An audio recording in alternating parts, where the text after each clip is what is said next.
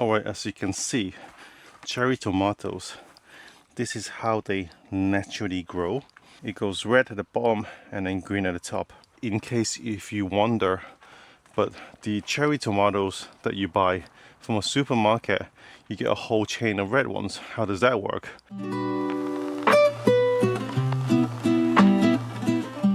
Good morning, guys. Today we are going to do some harvesting. Alright, so mainly today we're going to harvest all the zucchinis and a couple of tomatoes. Right here you can see I'm drying some tomatoes in the sun. At the beginning of this week we had 2 days of super hot day, like it was 39 degree, and I think it went up to about 40, so I took the opportunity to do some sun-dried tomato. I should have done it earlier this summer, but I didn't have time to do that. So these tomatoes has been here for about 3 days now. They are pretty much done, but I just want it to be a bit drier. And once they're done, I'm going to store them in a jar with some garlic and olive oil. As you know, Portugal is famous for their olive oil. And talking about olive oil, I can't wait till December and we'll start harvesting olive, because I've always enjoyed doing that. And obviously I'm going to take you guys with me, so you know exactly what I do. And I've just noticed that at the back of the house there's a dent here. Looks like some kind of animals have been living here. I don't know. It's always nice to see wild animals. I do leave food and water out for the foxes, and sometimes the neighbor's dog will come down, and there are a couple of cats that comes around. There's an orange one, there's a black one, there's a grey one, and there's another one. I think there's 4 of them in total. They do come and patrol the house at night time, sometimes during the day, and it really helps. It stops the mice coming into the kitchen. As you know, the kitchen's downstairs. I had a mice problem last year. The mice came into the house, make themselves a home, and I had them running around, which is like a nightmare. But like, they're not rats, they're like country mice, so they just came in for the safety, for the warmth, and sometimes for the food. But now that I have the foxes, the dogs, the cats running around the house, it really keeps them away from the house. And just to quickly show you my zucchini patch, I have left the zucchini on longer than it should be on purpose, because I think this is going to be the last batch, so I want the zucchini to kind of mature so they can last for a lot longer. I will be using these mainly for soup. As you can see, they are kind of turning yellow, so they are only suitable for soup anyway, but there are quite a few of them. So yeah, that's my task today, is to harvest the zucchini. And then as for the greenhouse behind me, there are a couple of tomatoes that need to be harvesting too. So I'm just going to quickly open the greenhouse to show you what's inside.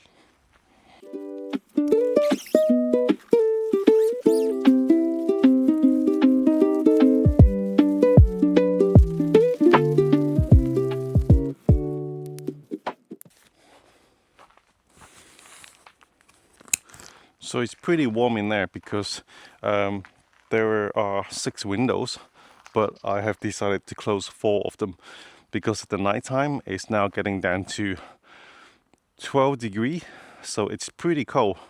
It's probably too cold for the tomatoes, so I close the windows at night to keep the warmth in. But during the day we're still getting up to like 27, 28, so I still have to open the greenhouse to get the hot air out.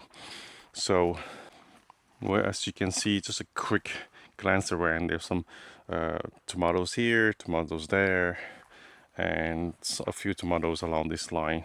Also, there are quite a few peppers that I'm going to harvest, and hopefully it might give me a second batch of peppers before the winter comes. So a quick glance, so you can see there are a few tomatoes that can be harvested.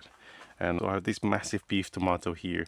I was waiting for it to turn red, which is it's turning red. It's got a blush, so which is a good sign.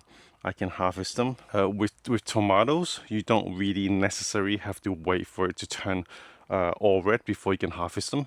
Once it starts to turn slightly orange or red, you can harvest them at that time, and then you can leave them in your kitchen or in the counter, and it will turn red eventually. So, and the reason to do that also, so that if you leave them on the plant to let it ripen, there was a chance that the birds might eat them, or if you're living in a urban area, maybe some people might come and steal them if they see that you got tomato on the branch.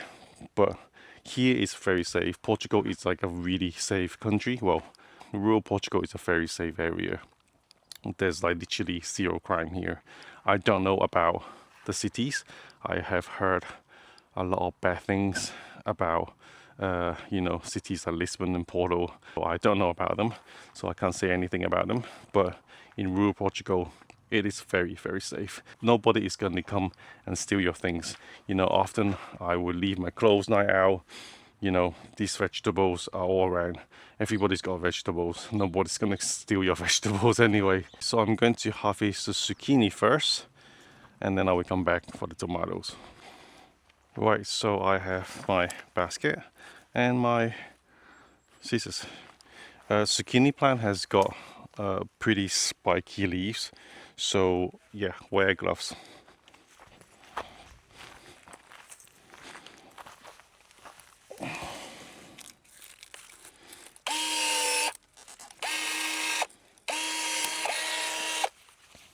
Look at this one.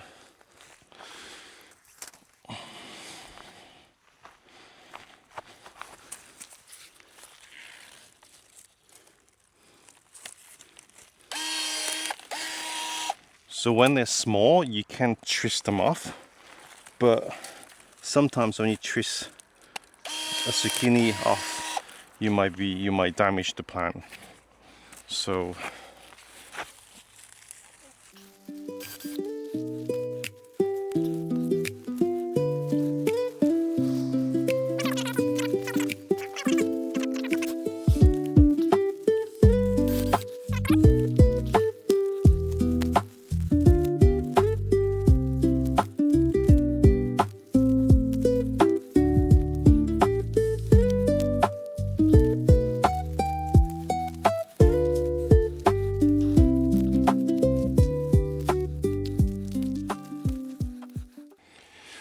alright, I think that's all of it. As you can see, there are quite a few. They have turned yellow because they are a bit mature, a bit too old now, but they are still edible. It just means the skin is really tough and probably got seeds in the middle, but all I do is cut the skin off and kind of scoop out the cores where the seed is. And these are pretty good still for soup. And because these are already mature, so they will last much longer. So here is a whole basket of zucchini. So let's go and harvest some tomatoes. Alright, so with the tomatoes, I don't need such a heavy equipment, so a pair of scissors will do. So let's go and harvest some tomatoes.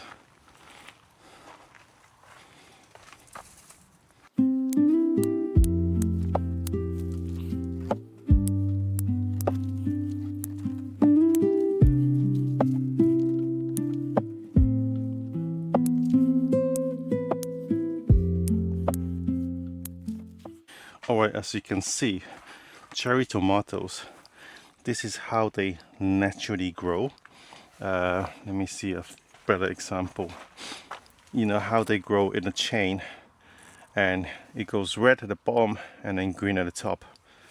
In case if you wonder, but the cherry tomatoes that you buy from a supermarket, you get a whole chain of red ones. How does that work? Okay, so cherry tomato, naturally what it does is ripen at the end, and then you have to harvest these ones, and then it will slightly beginning to ripen at the end. This is how cherry tomato naturally grow. So when you see in supermarket, what they did is they harvest them while they're still green or starting to turn slightly red. Once they harvest them and they gas them, and they will wait until they all turn red, and then they package them and sell it in supermarket. So when you see cherry tomatoes in supermarket and there's a chain of red one, that is not how cherry tomato naturally grow. This is how cherry tomato naturally grow. They don't all turn red. So if it's your first time growing cherry tomatoes and you are there waiting for the whole chain of tomatoes to turn red before you harvest them, it is too late. The one at the beginning will be gone by the time you wait for the whole chain of tomatoes to turn red.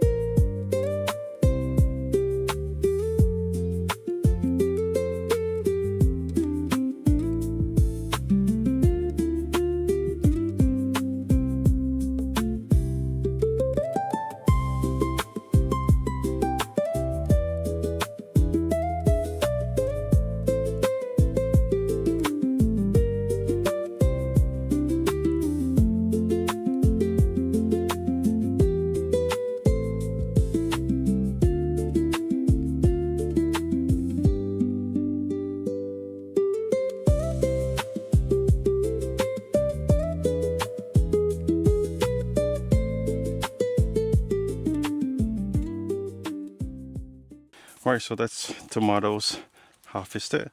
Some of them you can see it's green because I can see they're already starting to crack. Maybe I've water it too much, so I don't want them to split too much. So I will harvest them and let them ripen on my table. But now, oh, I forgot about the biggest tomatoes. Of course, how can I forget about that? Okay, let's see.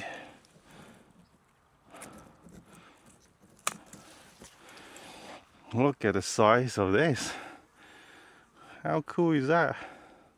It is splitting at the bottom though. That's why I'm harvesting this now. This is my my prize tomato for this year. Anyway, so tomatoes harvested. Now I need to harvest some peppers.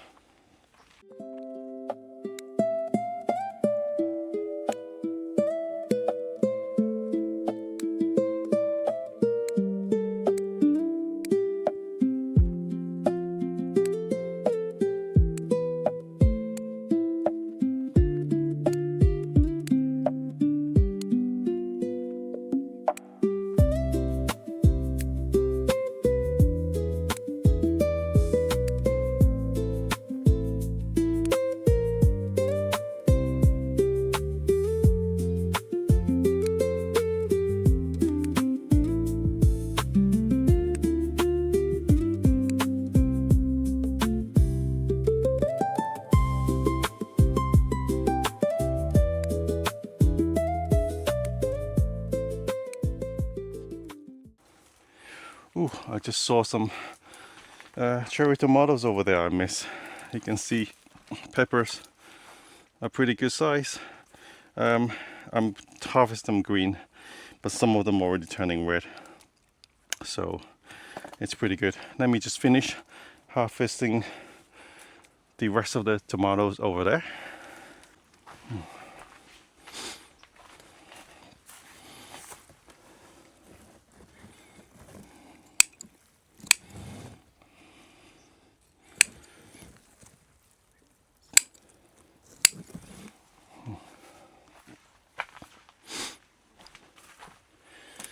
So my basils, it's flowering. Let me show you. This is my basil. You can see it's flowering. So I need to prune them, so I stop them flowering so early. So I'm gonna do pruning some of these. I may be having some of these for breakfast and then save the rest for maybe making pesto or pasta for tonight.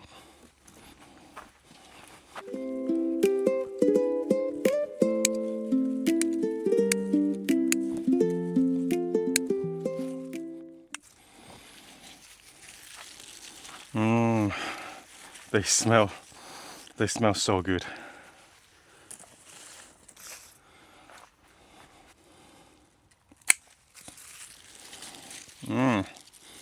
Oh, so nice. Do you like basils?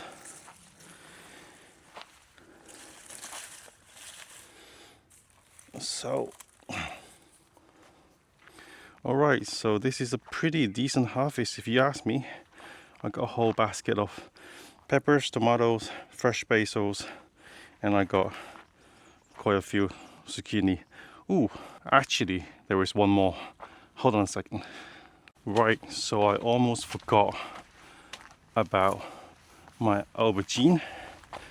Eggplants here. I think this one is ready to be harvested. I know it's a bit small, but the plant is very small. I think it says when they lost the shine, then it's too late. So I'm gonna harvest this one. There are still quite a few baby ones growing on the other plants. They are literally babies because they are very small. And that's it. I will probably do a new videos about on how I make the sun-dried tomatoes, but right now I'm just going to quickly explain to you what I've done. So basically I've cut the tomatoes in half and then I scoop out the middle bluey part, and then I lay them out on this board, and then I put lots of salt on top. And it's very important you put salt on it because the salt stops the bacteria growing and it stops the tomato getting moldy. So after 3 days in the sun, this is what they look like now. So the drying process is pretty much done, but it's not quite finished yet, because if you eat these now, which they are totally edible, but they are super salty because of the salt content. So what I'm planning to do, or what I'm going to do now, is boil some water and then blanch them for about a minute. Okay, so I've just blanched the tomatoes in boiling hot water for about 1 minute. Now it's laying out here to dry. I'll probably leave it out to dry for the rest of the day until they're pretty dry, and then I will show you what I do in the next step. Okay, so it's been about 7 hours since I put the tomato out to dry, and it's now totally dried. So what I did is put it in a clean jar, put some garlic in it, and soak in oil. And this is the result of it. Look, I put in a Branson jar and it fit perfectly. You can see it's full of oil, Portuguese oil, and there's some garlic in it, and it's done. I've got 2 jars that will last me probably a month or maybe 2 months because I love them so much. I'm gonna wait and let it sit in the jar for at least a week, maybe 2 weeks before I use it. It's absolutely delicious, and the oil is amazing. Like, it's the best oil you can get for your salad or sometimes for cooking. The infused taste and smell of the tomato and the garlic is just delicious. Anyway, so yeah, that's how I make my sun-dried tomato. And do you know how much sun-dried tomato costs in a supermarket? Like, this probably costs like €6 or even €7 for this size. And was it difficult? No. Was it a lot of effort? No. And did it take a lot of time? Yes, it took 3 days to dry it, but I'm not there to fan it. It's just leaving out in the sun to dry. So this is so easy to make, and it's a lot nicer. So if you got plenty of tomatoes, I would recommend you trying this as well. So anyway, I will end this week's video here. I am thinking about doing a Q&A video, so if you want to ask me any questions, follow my Instagram at chuckandblue and leave your question there, and I will once I got enough questions, I will create a Q&A videos in the near future, hopefully. And for now, thanks for watching. I will see you next week. Bye.